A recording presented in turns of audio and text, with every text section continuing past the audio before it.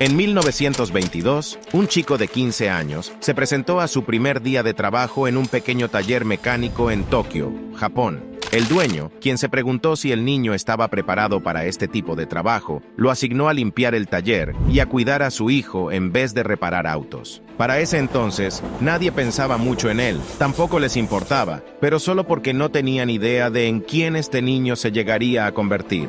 Unas décadas más tarde, y este niño, Soichiro Honda, ahora competía con las marcas de carros más grandes del mundo y al mismo tiempo era dueño de la empresa más grande de motocicletas. Esta es la historia de cómo un niño japonés pobre pasó de cuidar niños a construir una de las empresas más poderosas del planeta, Honda Motors.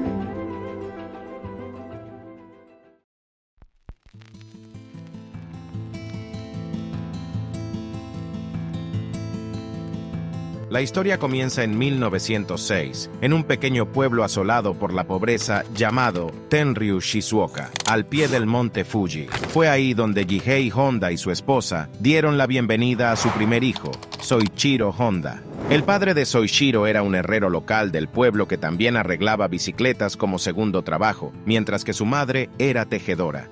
Criado en situaciones económicas difíciles, Soichiro perdió a 5 de sus hermanos debido a la falta de recursos médicos. Cuando Soichiro tenía 8 años, estaba paseando por el pueblo cuando de pronto escuchó un ruido extraño que atrajo su atención. Siguió el sonido hasta que se encontró con una extraña pieza de máquina que rodaba sobre 4 ruedas. Esta máquina era un Ford modelo T y Soichiro quedó sorprendido por lo que acababa de presenciar. Fue el primer auto que vi. ¡Qué emoción! No podía entender cómo podía moverse por su propia cuenta, y cuando pasó por lado mío, sin siquiera pensar por qué, me encontré corriendo detrás de él tan fuerte como podía. Esta experiencia dejó una marca en su vida que cambiaría para siempre la forma en que miraba las máquinas. Aprendió a utilizar las cuchillas de la maquinaria agrícola y a reparar bicicletas. Estaba fascinado por todo tipo de aparatos y motores. Pero Soichiro odiaba la idea de ir a la escuela y en lugar de buscar una educación adecuada, pasó la mayor parte de su infancia ayudando a su padre a reparar bicicletas. Su falta de interés en la escuela afectó sus calificaciones tan terriblemente que utilizó un pedazo de goma que encontró para falsificar el sello de su familia en su reporte de notas. De esa manera su padre no tendría que firmar y ver sus malas calificaciones. Finalmente no tuvo tanta suerte y fue atrapado. Su padre lo castigó poniéndolo de rodillas y se quedó ahí durante un día entero sin siquiera almorzar. En 1922, Soichiro leyó un anuncio en el periódico sobre una empresa de taller mecánico en Tokio llamado Art Shokai. Supuso que, dado que la empresa era uno de los talleres de automóviles más populares de la ciudad, podrían necesitar nuevos trabajadores. Por lo tanto, le escribió una carta a Art Shokai preguntando por trabajo, y afortunadamente recibió una respuesta positiva. Fue entonces, a la edad de 15 años, cuando Soichiro abandonó la escuela, se fue de casa y se dirigió directo a Tokio en busca de sus sueños.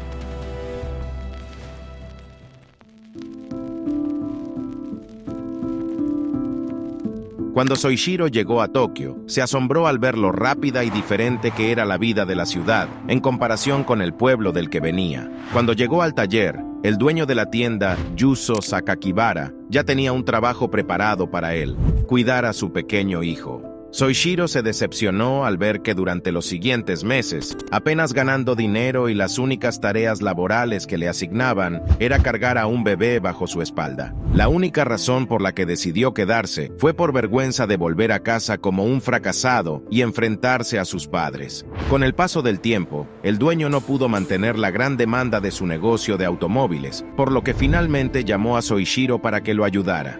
A pesar de que el pequeño Soichiro comenzó haciendo tareas menores, poco a poco fue ascendiendo de rango hasta convertirse en un mecánico de confianza. Su talento y dedicación llamó la atención del dueño, quien decidió apegarse al pequeño Soichiro y enseñarle no solo las reparaciones mecánicas, sino también el aspecto comercial de la empresa.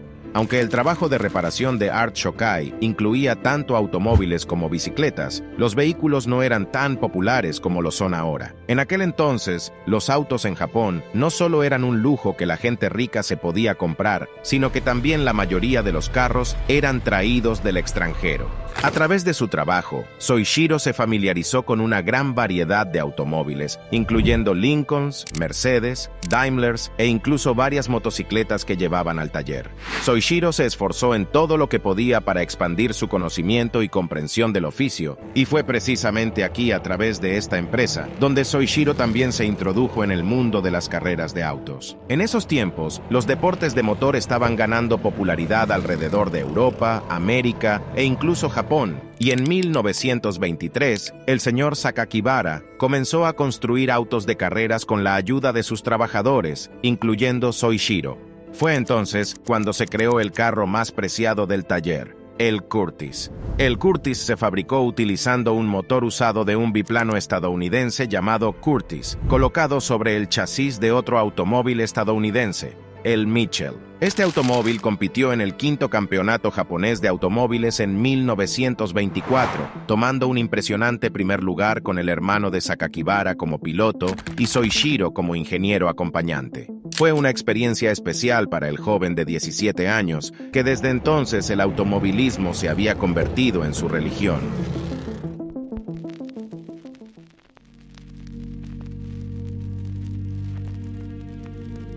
En 1926, Soichiro fue reclutado para el servicio militar de Japón, pero no pasó los exámenes médicos ya que revelaron que era daltónico, por lo que fue excluido del ejército y pudo seguir trabajando en Art Shokai. Para 1928, Yuzo Sakakibara quería expandir su negocio, por lo que decidió abrir una sucursal de Art Shokai en Hamamatsu.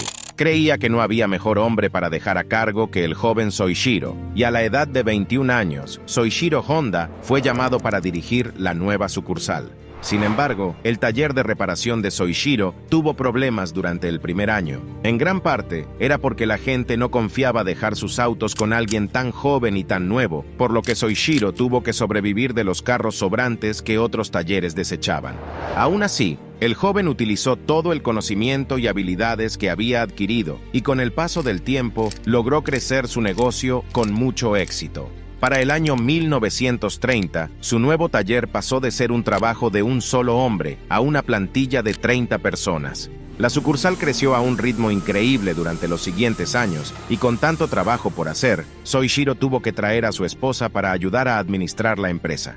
Aunque Soichiro era conocido como un mecánico talentoso, también era un gran piloto de carreras, y esta fue otra habilidad que lo ayudó a sobresalir entre sus compañeros. Dentro de su taller, Soichiro construyó un coche de carreras al que llamó Hamamatsu, en el que logró establecer un récord de velocidad conduciendo a 120 kilómetros por hora, un récord que se mantuvo durante 20 años en Japón. Sin embargo, las carreras de aquella época eran mucho más peligrosas de lo que son ahora, y en junio de 1936, Honda estuvo involucrado en un fuerte choque mientras conducía su Hamamatsu en los suburbios de Tokio, donde casi pierde la vida. Terminó fracturándose el brazo izquierdo, un hombro dislocado y el rostro dañado. A pesar de pasar un tiempo en el hospital curando sus heridas, Soichiro regresó a la pista de carreras solo 4 meses después. Sin embargo, su familia no estaba de acuerdo con su regreso a las carreras, y después de varias discusiones con su esposa y su padre, Soichiro nunca más volvió a correr.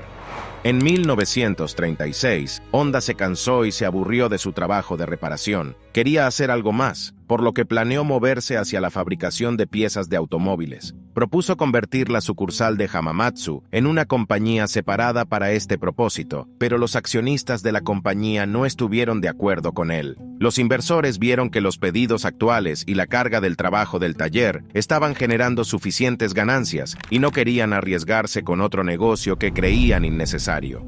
Debido a esto, Soichiro decidió abrir su propia empresa para fabricar anillos de pistón y fundó el Tokai Seiki Heavy Industry y puso a su amigo más cercano, Shichiro Kato, como presidente de su nueva empresa.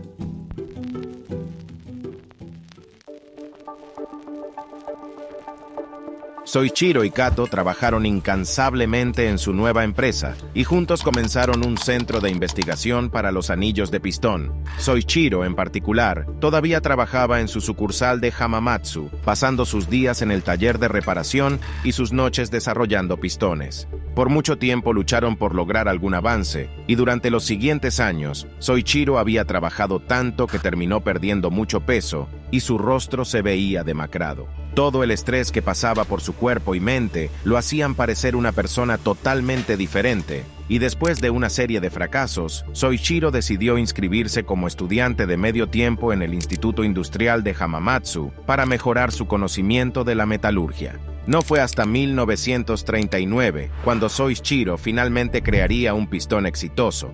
Confiado en su diseño, renunció a su trabajo en Art Shokai y procedió a trabajar a tiempo completo en su nueva empresa. Honda comenzó a producir pistones día tras día, pero sus creaciones todavía tenían fallas y les faltaba la calidad necesaria. Toyota se puso en contacto con Soichiro para fabricar pistones para su empresa, y de los 50 que envió, solo 3 pasaron el estándar de Toyota. Fue una gran decepción para Soichiro, pero nunca se dio por vencido. Pasó los siguientes años viajando por Japón, visitando empresas y universidades para mejorar su conocimiento sobre la fabricación de anillos de pistón, y después de haber ganado confianza en su conocimiento y experiencia, Soichiro lo intentó una vez más, y el resultado fue increíble. Sus nuevos pistones no solo pasaron el control de calidad, sino que también comenzaron a recibir pedidos de todo el país, tanto que la empresa pasó a emplear alrededor de 2,000 personas solo para ponerse al día con los pedidos. Las cosas empezaron a verse muy bien para Soichiro y su compañía,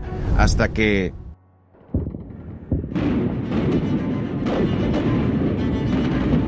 Japón estalló la Guerra del Pacífico en 1941 y la compañía de Soichiro quedó bajo el mando y control directo del Ministerio de Municiones. Al año siguiente, Toyota tomó cargo del 45% del capital social de la empresa y Soichiro fue bajado de su puesto de presidente a director general. Las cosas fueron de mal en peor, ya que muchos hombres que empleaba Honda tuvieron que renunciar a su trabajo al ser reclutados para el servicio militar, y su empresa comenzó a caer. Soichiro hizo todo lo que pudo para mantener su empresa a flote, pero no estaba preparado para lo que vendría más adelante. En 1944, las sirenas de ataque aéreo comenzaron a intensificarse en Japón, y se hizo muy evidente que el país se dirigía hacia una fuerte derrota. Hamamatsu estaba en gran peligro y la compañía de Soichiro fue alcanzada por una bomba, destruyendo toda la fábrica. La empresa sufriría una segunda desgracia en enero de 1945, cuando el terremoto de Nankai sacudió la región y derribó la segunda fábrica de Honda. Japón finalmente se rindió en agosto de 1945, pero para entonces Soichiro había perdido casi todo. Después de la guerra, Soichiro decidió vender lo que quedaba de su compañía a Toyota por una suma de 450,000 yenes, y anunció públicamente que se tomaría un descanso para pensar sobre el futuro, ya que Japón había quedado en ruinas.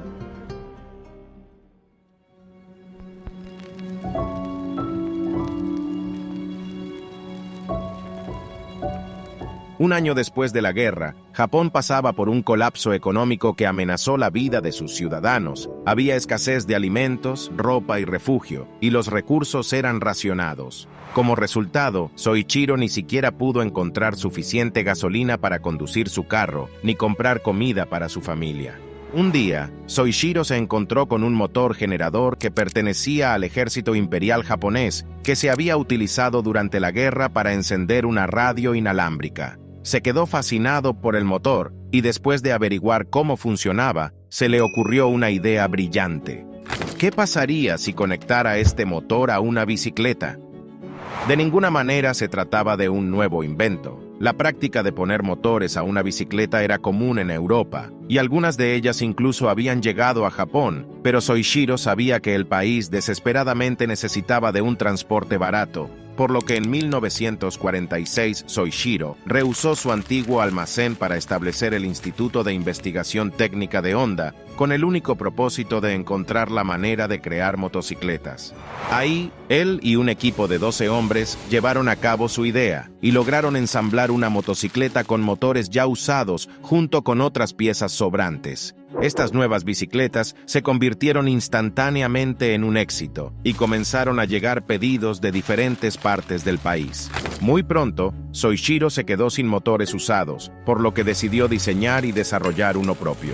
En 1947, crearon el motor tipo A, y por primera vez en la historia, el nombre de Honda se grabó en una máquina.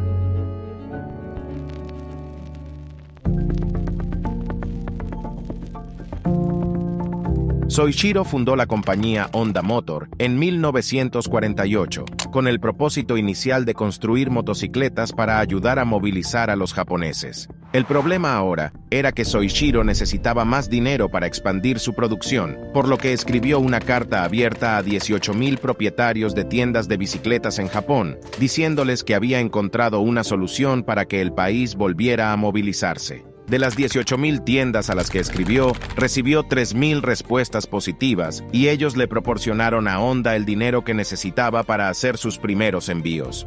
Un año más tarde, la compañía creó su primera motocicleta completa, el modelo D.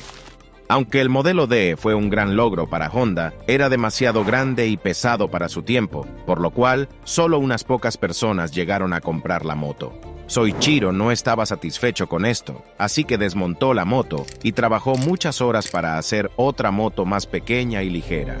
Después de 3 años de prueba y error, Honda logró construir otra motocicleta, al que la llamó el Super Cube. El Super Cube ganó ventas instantáneas y fue tanto el éxito en el país que ganaron el premio del emperador. Honda también unió fuerzas con el inversionista Takeo Fujisawa, quien le proporcionó el capital que necesitaba, así como estrategias financieras y de marketing. Esta asociación se convirtió en la base fundamental sobre la cual Honda Motor se construyó. El Super Cube llegó a los Estados Unidos en 1958 con un precio de apenas $295, que era una cuarta parte del precio de las otras motocicletas estadounidenses, y gracias a las tácticas de marketing e ingeniería de la empresa, superó en ventas tanto a Triumph como a Harley Davidson en sus respectivos mercados locales. Pero para entonces, Soichiro también había expandido su marca de motos al mundo de las carreras. Las carreras en ese entonces eran más que un deporte, era la plataforma más grande en donde las empresas podían mostrar sus automóviles y motocicletas al resto del mundo. Soichiro viajó por todo el mundo para ver estas carreras, estudiando y examinando todas las motos de sus competidores. De hecho, a lo largo de su carrera en la pista, cada vez que uno de sus competidores establecía un récord, Honda se llevaba esta información a casa y se esforzaba por superarla. Fue esta actitud la que llevó a las motos de Honda de un terrible y decepcionante primera carrera internacional en 1954 a ganar el premio por equipo en el TT Isla de Man en 1959, la carrera de motos más grande del mundo. 2 años más tarde, Honda volvería a ganar en el TT Isla de Man y su éxito en la pista puso el nombre de Honda al mundo entero. Para la década de 1960, Honda se había convertido en la compañía de motocicletas más grande del mundo. Después del lanzamiento del Honda Dream en 1949, habían producido un total de 10 millones de motos para 1968. Sin embargo, convertirse en la más grande empresa de motocicletas no era suficiente para Soichiro. Había otro gran sueño que perseguía desde los 8 años, y era nada más y nada menos que entrar en la industria de los automóviles.